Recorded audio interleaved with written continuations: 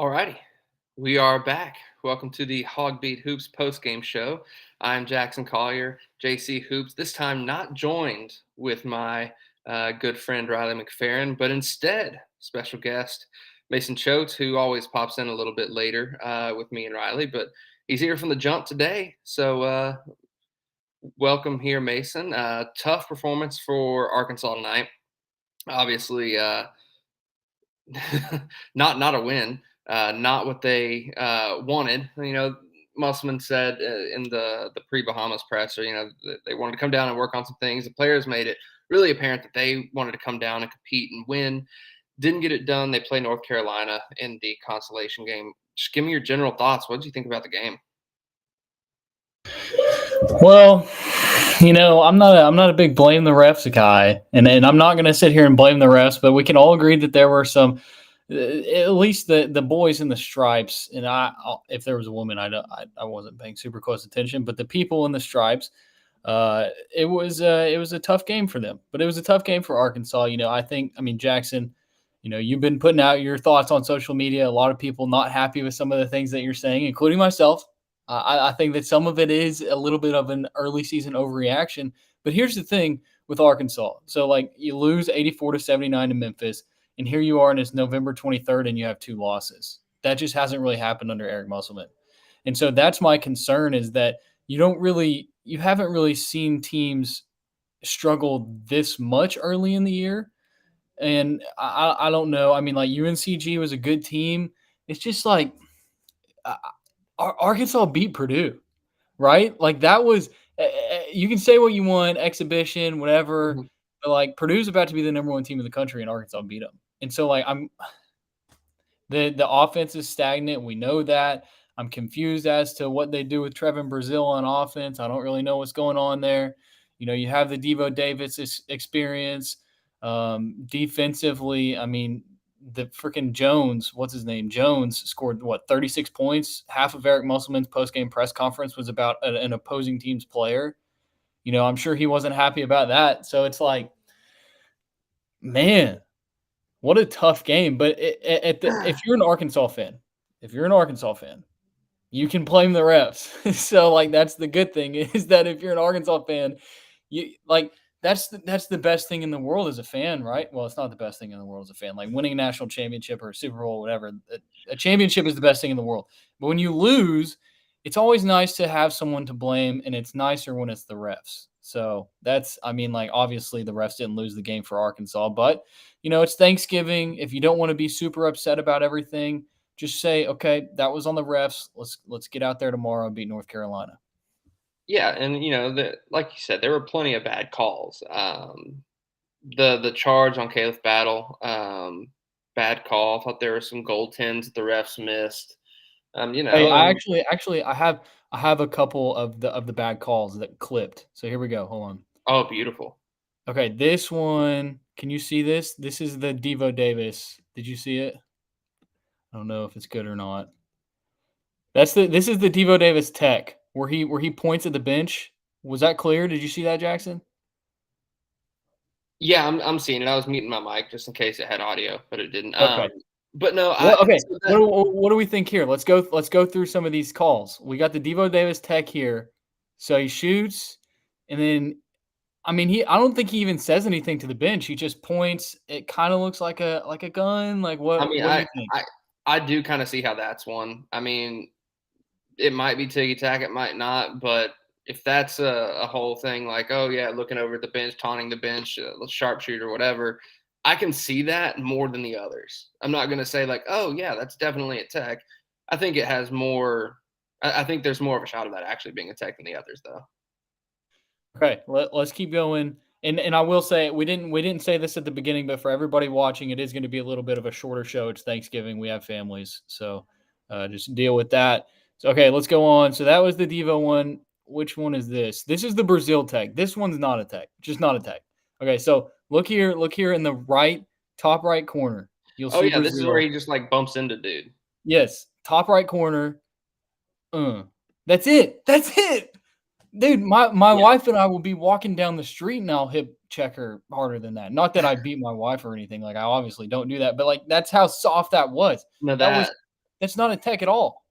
No, that's definitely not a tech. It's one of those things like, again, that one's pretty inexcusable. I'll go that far. That one's pretty inexcusable. And sometimes refs in a game, like if Brazil's being chippy in certain other areas that we haven't seen, and he does something like that, that'll be kind of a like, all right, I'm sticking you so you can stop doing it. But I didn't even see Brazil do anything like that. And this was still, I think this was fairly. I mean, there's almost 5 minutes left in the first half, so it's still fairly early.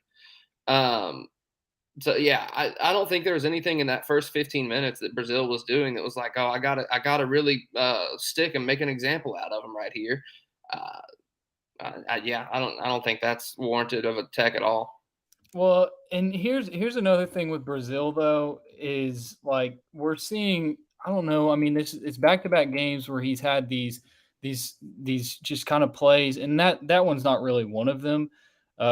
But he's been called for attack in back to back games. The kick, all the Missouri fans yesterday were Hmm. upset about the kick, and like if you're a Missouri fan and you're still in the mentions of Arkansas reporters and fans to try to talk about Trevin Brazil, I mean, like, go touch grass. Come on. What are Yeah. we doing here? No, absolutely, Uh, absolutely. okay, so let's get away from that. Let's go to the next one, and I want to say this next one. Yeah, Is this this the is a Lady Caleb Blocker one? battle. Oh no, This is this a that's this the is a charge. Caleb battle. Here we go. Hold on. Is that a charge? It's not. I mean, I don't care. So number one, he's not even at the spot. His feet might be set, but he's moving his body over to the side. He's not like in a stationary defending stance. You can draw a charge with your body moving, but that's when you're playing on ball defense. You're trying to draw a charge like this. You're supposed to be stationary. He's still sliding over, moving his body to the side, and he kind of like hip thrust to try to create contact too. So there's like three different things there where that's just not even a charge. It's not. No, I agree, and I posted it on Twitter, and everybody else agreed with me that that was not a charge. But I wanted to go through some of those calls, obviously, because that was kind of like one of the big things here. Right after the game, talk about instant reaction, what we thought, what we saw. So let's get into some of these individual performances, though. Jackson, talk about who stood out to you. Obviously, Battle led the team with 21 points. You can see it there. He had 2 rebounds. Trevor Brazil, another double double, 2 days in a row, 13 points, 10 rebounds, 2 steals. But the big thing right here you go. Here you put it right here, Jackson. Turnovers. Arkansas 18, Memphis 13. I want you to talk about that for a little bit.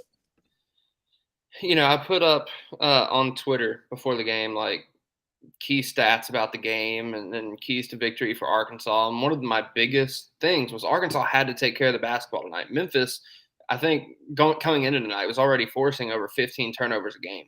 They're scoring off of those turnovers, and Arkansas hasn't done great with turnovers this season. I think their total per game average is fairly low, but it'll be like they'll turn it over 10 times in the first half, then cut it down to like 2 or 3 in the second half. So it's kind of those inequities. But overall, their numbers haven't been terrible. Tonight, it was really bad. Some of the turnovers were egregious, just handing the ball off or driving through too many people, all that sort of stuff. And you look at it too, 18 turnovers, and Memphis scored what? How many points did they score off? 27 points off turnovers. You cut down your turnover count. I mean, easier said than done, obviously, but some of those are really bad. Cut down some of your turnover numbers. You cut down points that Memphis has. I mean, it's that simple. You got to play winning basketball. Yeah, I mean and I said it earlier in my intro. The fact that this Arkansas team is struggling the way it is, but you're also, I mean, like I don't know. I want to ask you about this, Jackson, and I took some notes during the game just because I wanted to have some stuff to talk about. Uh, what what is Trevin Brazil's role on offense? What Yeah, is that? it's I don't know. And I think that's a larger issue with the entire offense and then the team as a whole too. Like I can't point to anybody and be like, I know that guy's role exactly. It's like people are playing these floating, rotating roles. Caleb Battle's a go-to scorer almost 100% of the time, but also Tremont Mark is, but also Tremont Mark is like a go-to defender. But then Devo is like a facilitator. But then also sometimes Devo is your go-to guy. So then you have Makai Mitchell is this like, oh, he's our screen setter, but also He fouls a lot. So then we bring in Chandler Lawson. What's Lawson's role? And then, by the way, we have Trevor Brazil here, but we're going to stick him on the corner. And then also he's going to set some screens when the other guys aren't. It's the offense right now is just a big mess. It doesn't look like anything. It's not efficient. It's just not good. Uh, I tweeted out during the game too.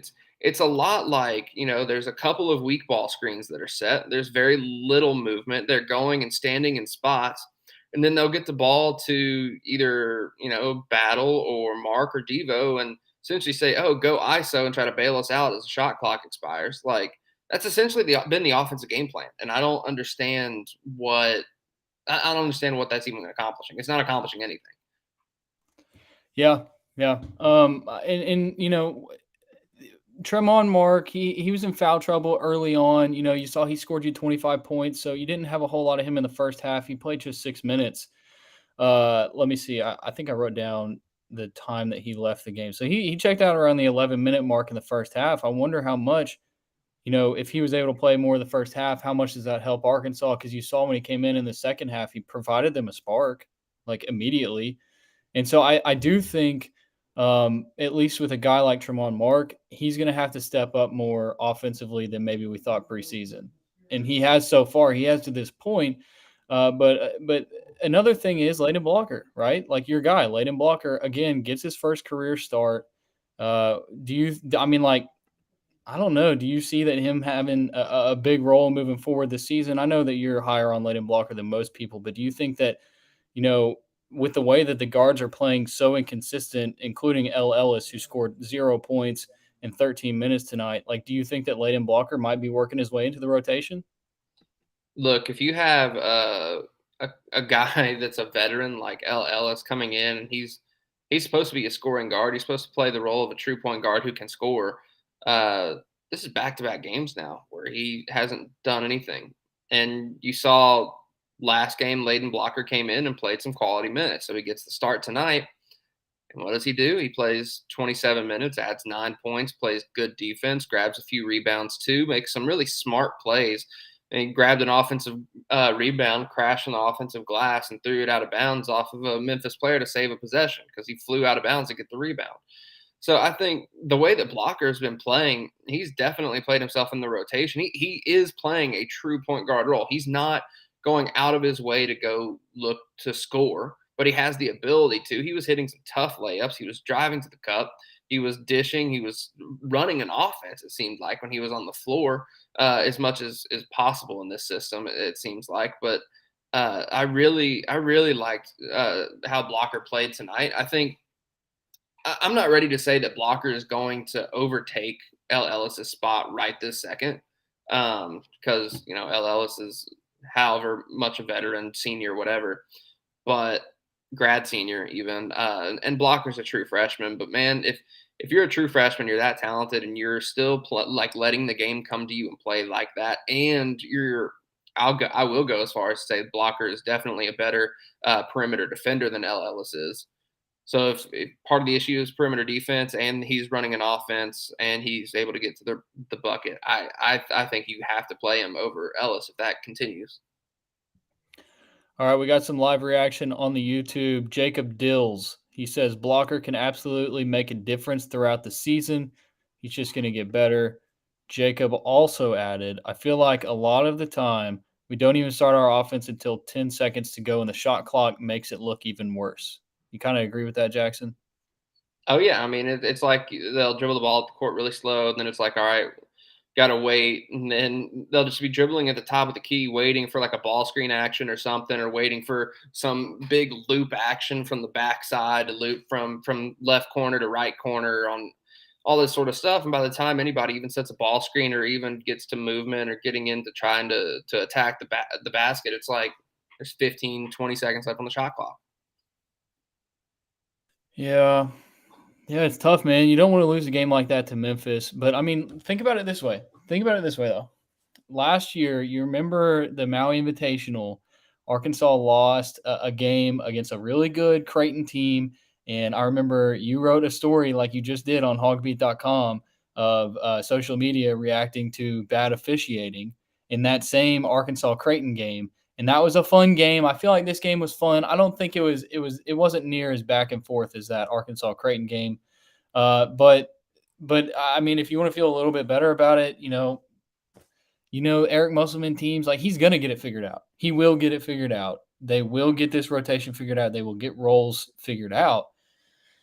But I'm just kind of looking ahead, and I'm That's where thinking I'm like, at too. It's like, okay, you already dropped one. I think it's the loss tonight in particular is bad because you already lost to Greensboro, like Jacob Dills just said on the YouTube. It's already bad because you lost to Greensboro. Then you add another loss that, I'm not going to say you shouldn't have lost this game. I mean, it's a 50-50 game. It's a neutral site against a quality Memphis team. Arkansas would have liked to win this game, obviously. Probably more often than not would have won. Didn't play well, didn't win. But now you're sitting at 2 losses, and they play North Carolina tomorrow. And then next week they play Duke. So isn't that kind of crazy? The there's a back-to-back games you're legitimate going to play, North no, Carolina and Duke. it's crazy that you're playing North Carolina and Duke both in the regular season, but on top of that, you're looking at a real possibility of this Arkansas team being like 5-4 at the end of this stretch. Which, if that's the case, and the losses don't necessarily hurt like on paper, NCAA tournament seeding, like losing to North Carolina on a neutral floor, if that happens. Not saying it's going to happen, still a full game left to be played in preparation. But if that does happen, and if they do end up losing at home to Duke, those themselves will not move the needle as far as like being bad losses to hurt a resume, to hurt their seeding, anything like that. But when you add those to losing to Memphis and then also to losing to Greensboro, it's like, okay, well, now they've had a lot of quality win opportunities and they haven't gotten one. That's what would hurt the resume. And people are probably tired of me talking about resume already because this season just started. It's November. But if the expectations for Arkansas as a program now are to be a Final Four team and to be playing for a top 3 seed, you have to be thinking about this from the jump. One loss will almost assuredly put you out of one of those top 3 seeds. It is immensely more difficult to make a Final Four outside of a top 3 seed. Don't think they've played themselves out of that yet, depending on their wins, but it's every loss is going to get more and more difficult. I definitely agree. You did say 5-4. They would actually be 4-4 if they lose to North Carolina and Duke. Because right Is now is Duke the very next game? Duke is the next game, the next home game. It goes. Okay. You play North Carolina tomorrow, and then your next game is Wednesday against Duke. Oh yeah. Okay. Yeah. So 4-4. Here's my thing. This is just from a perspective of somebody who enjoys sports atmospheres. I really need Arkansas to win tomorrow because I want Bud Walton Arena. It's going to be rocking either way for the Duke game, but wouldn't it be so much better to watch Arkansas play Duke with Arkansas being 5-2, coming off a win against North Carolina in the battle for Atlantis, rather than Arkansas is 4-3, trying to just like do anything against a powerhouse of Duke coming to Bud Walton Arena. I'm just thinking about that from just straight up like fun game atmosphere perspective. Absolutely. I mean, you said it. It's going to be a good atmosphere regardless. But I think if Arkansas does lose to North Carolina tomorrow, in the back of fans' minds, they'll be like, "Oh well, I don't know if they can really pull this one off. Duke's pretty good, and we just lost to Memphis and North Carolina. We already dropped one to Greensboro at home. Like whatever." If they turn around and beat North Carolina tomorrow, then it's all like, man, it was the freaking refs against Memphis, and we had one struggle game that happens, one struggled against Greensboro, but we came back and we beat North Carolina, and dang it, we're going to beat Duke at home. Like I can see that mindset completely shifting based on one game, and I think you're spot on. All right, let's get a few more of these YouTube comments, talk a couple more stats, and then get out of here because it's Thanksgiving. Dwayne Stanridge, a loyal follower of HawgBeat.com, big listener of the Diamond Hawks podcast. He says refs can go swim with the sharks. Dwayne, I'm not going to say that word for word out of my mouth, like if I'm saying my thoughts, but I will say pretty tough game from the boys in the stripes. It was not a good game for them. Go check out my Twitter. I've been doing this thing where I just like record my TV on questionable calls and I just post it and I just want to see what everybody says. The big one, the biggest one here, I want to pull it up. The biggest call that everybody was in disagreement with was this one right here, the charge on Battle. This this was the call that I felt like everybody was just 100% like that is not a charge. And I so mean, it wasn't just like if you look at the rule book, that's just not a charge. It's just not. yeah. Yeah. Yeah. Okay, shout out Dwayne. All right, Sean says, here's what Sean says. To be honest, we are going to beat North Carolina. I feel better about the Hogs than I did yesterday. By March, this team will be ready for Final Four run. I hope we get a rematch with Memphis in the tourney. I know you don't agree with that, Jackson. That's pretty optimistic. I'm not going to say that this team won't get things fixed. They very well could. Musselman has shown that he can fix teams over the course of the season. I don't know. Maybe it's just me. Something about this team feels different. Like, okay, last year, what was the issue? A very young roster plus a bunch of new faces. So you have 6 freshmen plus a bunch of new transfers. Take a while to gel. Then you have 2 of your top players go down with injury. So you have new faces, you have young players, you have key players injured, and you still manage to right the ship to make a Sweet 16 by the end of the year. Cool. So, but to rectify that, what does Eric Musselman do? Okay, he returns 5 players to have more continuity. He goes older in the transfer portal, gets more experienced players, only has 2 freshmen on the roster, and recruits largely from winning programs. Chandler Lawson has played in the NCAA tournament. Tremont Mark, Houston, has gone deep in the NCAA tournament. LLS in Louisville, not a winning team, but point being, you have some winning pieces, you have experienced pieces, all this sort of stuff. So the expectations, at least in my mind, and I think along with that, the fan base as well, is okay. This is an older team. We have returning pieces. There's talent there. We're not going to have a slump this year because of the way that the roster was built. You still have the new pieces, but there are fewer new pieces and they're older pieces. They'll be able to handle adversity better. They'll be able to adapt to a system better. They'll be able to be more mature in certain situations. And honestly, it feels like that's been the exact opposite of what's going on. And I think that's kind of why I'm really, I don't know, not trying to be not like overly negative, but like I'm just not super high on the team right now, and I think it's largely because of that. I just don't think it feels like this is a team that can get it done if they're supposed to be so much older and more mature. Yeah, I think you might agree a little bit more with what I got here on the screen from 501 Hoops. They say it's 2023. If you don't have 2 to 3 consistent outside shooters, you're absolutely screwed come conference and postseason play. We'll run into teams who will absolutely guard the heck out of us. So, I mean, I'm assuming that you kind of feel like that. And here's my thing, Jackson, is like we kind of talked about Trevor in Brazil, and we need to wrap this up soon. But Yeah, we kind of talked about Trevor in Brazil, and just I mean, like all he does is just stand outside the 3-point line, like every offensive possession. I don't really. I mean, like I get what he. I understand it a little bit, but I think that it's just kind of clogging things up a little too much. Like you're seeing, the movement offensively, it's just not exactly what it needs to be, and they're not able to get a ton of open shots, especially outside. And what 501 Hoops is saying is like, even when they're getting those shots, I mean, they're not really falling, man. Like here, we got a comment from Jacob Dills, who's been in here the whole show. Really appreciate you, Jacob. He says this: we need Davenport to be a contributor to society as well. Just I don't know if that was a typo, or if that is what you're supposed to say, but like Jeremiah Davenport, what did he get 2 straight starts, and he didn't even play in this game. I was about to say he didn't even play, but when he has played, we talked about that last post game. Like he didn't do anything. He was there, didn't do anything. Yeah, so they just need they need these guys to start hitting these shots, and the toughest part about it is that we hype this team up as being a team that is going to be better at shooting, I which mean, was warranted. It was warranted. Like it's what we saw, it's what we heard, it's what on paper is true based on these guys' pass, right? So like it was true.